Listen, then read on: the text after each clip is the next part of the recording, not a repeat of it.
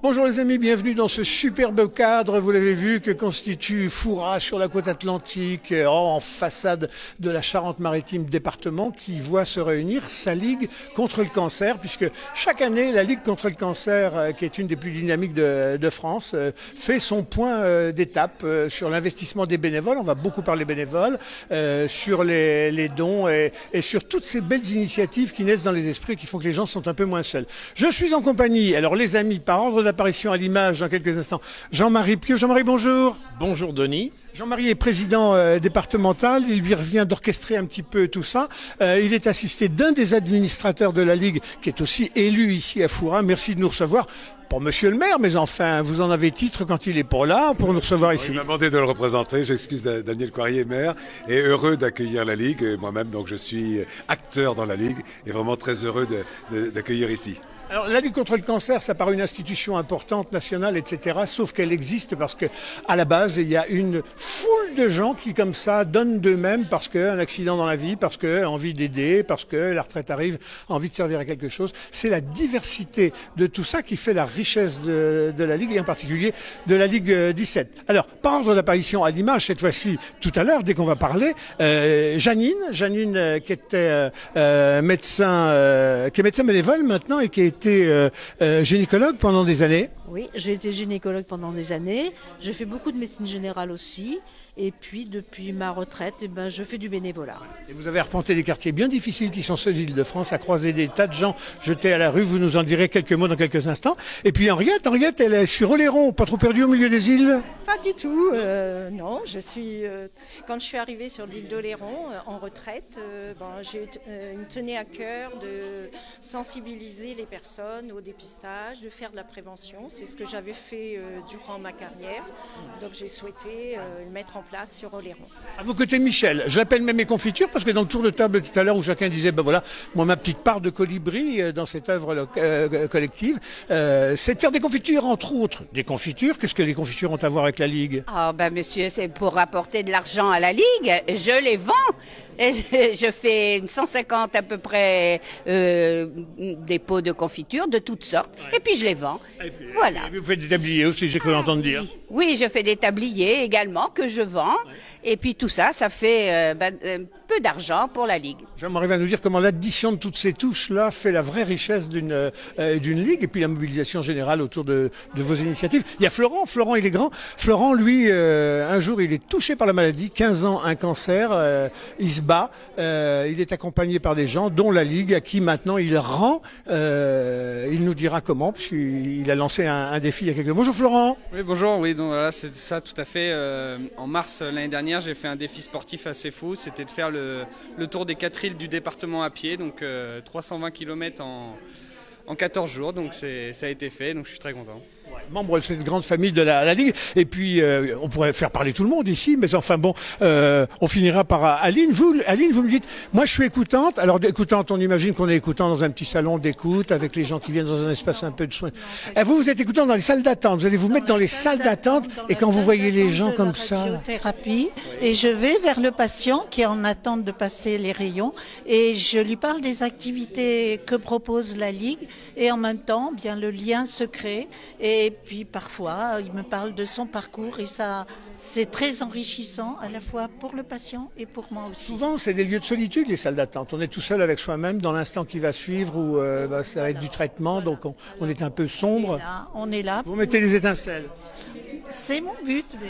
Bon, on va revoir chacune de ces personnes dans quelques instants. Jean-Marie, dites-moi, si on dit que la vraie richesse d'une Ligue, la Ligue, c'est des gens qui s'associent, qui se liguent, c'est la réalité humaine, ça va, il y a de la réalité humaine. Là, le bénévolat, ici, ça donne. C'est parfait, il y a de la diversité, on rencontre des gens de tous les milieux, d'origine sociale différentes, qui ont effectué des travaux différents, enfin c'est fantastique. Hein. Et donc c'est vraiment ce qu'on recherche à la Ligue. C'est-à-dire qu'il faut être près de la population, il faut être conscient des problèmes, il ne faut pas être sur un nuage. C'est-à-dire à la Ligue, on a les pieds sur terre et ça c'est très important. Alors, il y a beaucoup de soignants, quand ils ont fini de soigner professionnellement, ils continuent dans leur vie à avoir envie d'apporter. Je voyais, il y a des anciennes infirmières, il y a des anciens médecins qui continuent d'être actifs. C'est très bien ça, c'est très bien. Un ancien chercheur en face de vous, qui a été aidé par la Ligue pour ses travaux, donc qui est venu à la Ligue après, tout naturellement pour rendre en fait. Et on est tous un peu redevables au niveau de la société, et c'est très important d'être redevable en effectuant justement ce bénévolat auprès de la Ligue. Alors, le dynamisme de la Ligue départementale de Charente-Maritime est assez communicatif puisque vous êtes regardé par les autres. Mais comment vous faites? Il faut être partout, dans toutes les communes, auprès de toutes les strates de population et être accueillant de toutes les diversités. Au plan de la représentation communale, vous êtes partout en Charente-Maritime? On essaye, c'est une richesse, c'est-à-dire qu'on essaye, on a de la chance, on est déjà dans un super beau département. Et puis, moi j'ai trouvé ici une réceptivité quand même de la plupart des composantes de la société, que ça aille du domaine sportif avec le Stade Rochelet, et puis que ça soit avec des clubs-services comme les Lions, que ça soit avec des municipalités. On a un accueil qui est fantastique partout, mais on montre aussi qu'on est là. C'est-à-dire qu'on rend les choses qu'on nous donne, et ça c'est très important, il faut être constamment présent. Je vois, il y a beaucoup de liens avec le monde physique, le monde du sport. J'entendais dire il y en a qui se réunissent autour du canoë, par exemple. Vous citiez le cas du rugby, là vous êtes partenaire avec eux. C'est-à-dire qu'on a beaucoup développé ce qu'on appelle l'activité physique adaptée comme soin de support. C'est-à-dire pour les gens qui sont en rémission de la maladie, qui sont malades, etc. C'est important d'avoir une activité physique. Ce ne sont pas des champions, ce sont des gens qui font de l'activité physique. Alors, on a développé récemment justement le rugby santé avec le stade, ça marche du feu de Dieu. Et on a une 50aine de personnes qui viennent tous les lundis soirs. On fait de l'aviron. On est le premier comité en France à avoir pris une convention avec la Fédération française d'aviron, donc l'aviron de rivière, aviron de mer, très très bien. On fait de l'escrime, on fait de la marche nordique, on essaye de faire, et puis on est ouvert à tout. Récemment, je suis allé à Châtelaillon, j'ai parlé du longe-côte. Le longe-côte, c'est quelque chose qui me paraît fantastique. J'en ai parlé avec le maire de Châtel, qui aussi trouvait que ça serait quelque chose de pas mal. Donc on va essayer de développer. Et puis, toutes les idées sont bonnes à prendre. Donc si quelqu'un propose une idée, il n'y a aucun souci. Alors, il y a 1000 manières de vous aider, hein. Et c'est souvent de façon sonnante et trébuchante. Vous allez nous dire à quoi ça sert, parce que des fois les gens donnent en disant ça doit se noyer dans les fonds de la recherche nationale, etc. Non, pas du tout, que nenni. Et vous recevez de plus en plus et pour 1000 raisons. Il y a aussi de plus en plus de gens seuls, par exemple, qui font des legs. Comment ça se passe du côté des dons, l'organisation, la perception, les volumes d'argent perçus? On perçoit de l'argent d'abord pour les dons. Les legs, c'est Henri plus précisément qui s'en occupe. Il y a quand même tout un travail à suivre au niveau des legs. Et puis il y a toutes les manifestations qu'on organise, auxquelles on participe, la Zumba, les marches avec Rochefort, etc. Et tout ça, c'est très important. Et je dois dire, ce qui est très bien, c'est qu'on est énormément sollicité, de plus en plus. Donc si on est sollicité, c'est qu'on répond efficacement. Parce que les gens vous sollicitent quand vous êtes aussi un interlocuteur qui... Voilà. Mais moi, je remercie énormément tous les gens qui sont autour de moi. Parce que la Ligue, c'est tout le monde, à la fois les bénévoles qui sont là, les salariés qui sont aussi là en permanence tous les jours. Tout ça, c'est super important. Jean-Marie, quand on regarde autour de nous, il y a des gens qui représentent à peu près toutes les zones du département. Est-ce qu'il y a des endroits qui ne seraient pas des endroits un peu déserts? Parce qu'on sait bien qu'en milieu rural, parfois c'est un peu la déshérence. On souffre de ça. Avez-vous des points sur lesquels ça vaudrait le coup? Et pour les amis qui nous regardent, là, qui nous écoutent, qui sont de ces régions-là, ça vaudrait le coup d'aller planter un drapeau sur la carte Ligue? C'est ce qu'on est en train de faire en ce moment, justement, parce qu'on n'a pas investi, on va pas dire ça comme ça, mais on est de plus en plus présent dans des zones qui sont très favorisées dans notre département au niveau de la santé. Sur Saint-Jean-Sainte, on va donner, là j'annonce qu'on va probablement donner une somme très importante à l'hôpital de Sainte pour justement la cancérologie.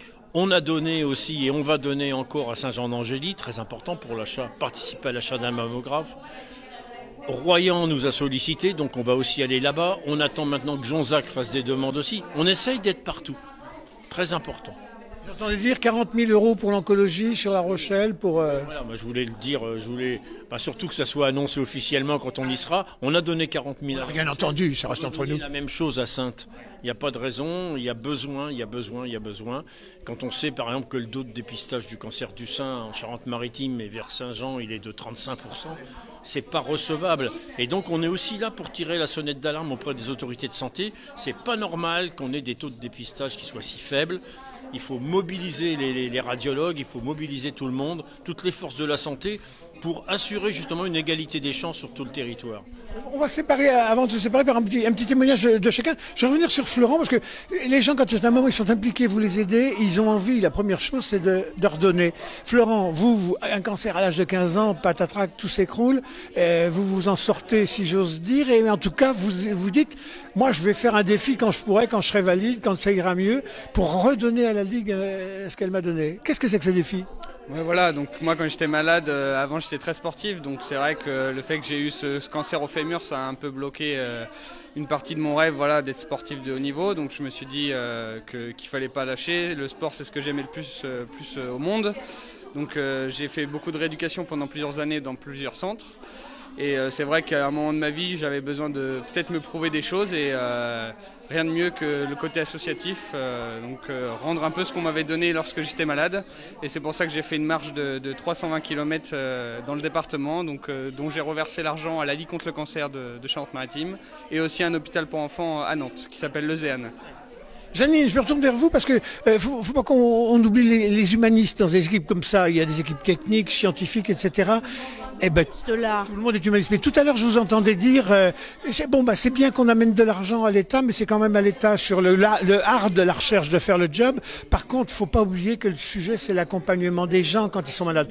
Et avec le métier que vous aviez fait dans la région Île-de-France, vous avez dû vous en colter des situations pas faciles de gens de misère. Indescriptible. Ou bien alors je passerai des heures à vous le décrire. Non, c'est vraiment, on a besoin d'être près des personnes, que ce soit les personnes qui sont isolées par la maladie, isolées parce qu'elles se retrouvent seules et elles ont quitté leur pays avec une mitraillette dans le dos. Mais là, on est avec des personnes isolées par la maladie parce qu'on a beau être près d'elles, on a beau les écouter. Leur souffrance, on a beau avoir toute l'empathie du monde avec elles, leur souffrance, elles l'ont intacte. Il faut vraiment créer autour d'elles un milieu, un cadre. Et l'environnement est très très important pour toutes ces personnes-là. Et c'est ça la médecine humanitaire. Et c'est pas dire on soigne une maladie, on soigne un symptôme, on soigne la personne dans son ensemble, dans son cadre de vie. Je me dissipais un peu parce que je cherchais, mais je ne la vois plus. Michel, ce que j'appelle mes confitures. Elle est partie vendre ses confitures. En tout cas, elle incarne bien cette capacité qu'a chacun d'amener une idée, 2 idées, 3 idées, la faire, s'y tenir, et puis à la fin de l'année, être largement contributeur du système. Puis en plus, ça fait de la dynamique, ça donne envie aux voisins de la rejoindre, beaucoup.